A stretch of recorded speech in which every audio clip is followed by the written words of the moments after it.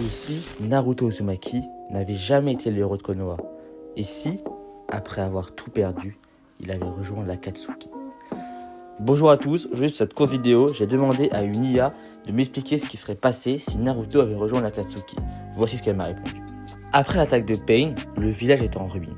Kakashi est mort, Tsunade est dans le coma, et malgré sa victoire, Naruto n'est toujours pas accepté. Alors, lorsque Nagato lui tend la main, il l'attrape. Sur la bannière de l'Akatsuki, Naruto change. Il apprend à contrôler Kyuubi. Il devient une arme, une légende, une malédiction. Konan lui transmet la volonté de Pain. Kisame l'entraîne. Et très vite, même les grands villages craignent son nom. Mais plus les jours passent, plus la vérité éclate, Naruto voit que l'Akatsuki n'est qu'une autre chaîne. Une illusion de paix, un empire de manipulation. Obito ment, Madara revient, et tous ceux autour de lui ne cherchent qu'une chose, le contrôle. Alors non, Naruto ne regrette pas son choix. Il ne veut pas revenir en arrière, il ne veut pas être pardonné. Il veut tout détruire. Les villages, les clans, les lois des anciens, le système ninja. Il se jure de faire tomber ce monde pour en bâtir un autre seul. Un monde où peut-être un monstre comme lui pourrait enfin exister sans avoir à s'essuyer. Ce n'est plus la haine de Kyuubi qu'il canalise, c'est la sienne. Et elle brûle plus fort que jamais. C'est à ce moment-là qu'arrive l'impensable. Sasuke et Itachi s'allient.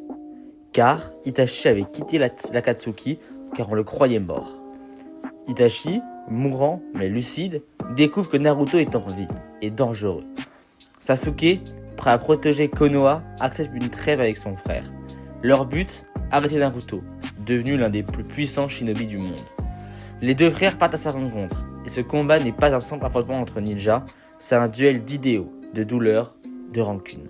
Naruto, seul contre ceux qu'il a aimés, Itachi, le fantôme du sacrifice, Sasuke, l'héritier du pardon. Finalement, Naruto gagne, mais regrette ce qu'il a fait, et il finira donc par vaincre Madara, mais à quel prix? Son âme est marquée, son nom effacé des livres de Konoha, il ne deviendra pas Hokage, il ne retournera jamais au village, il deviendra le dieu déchu.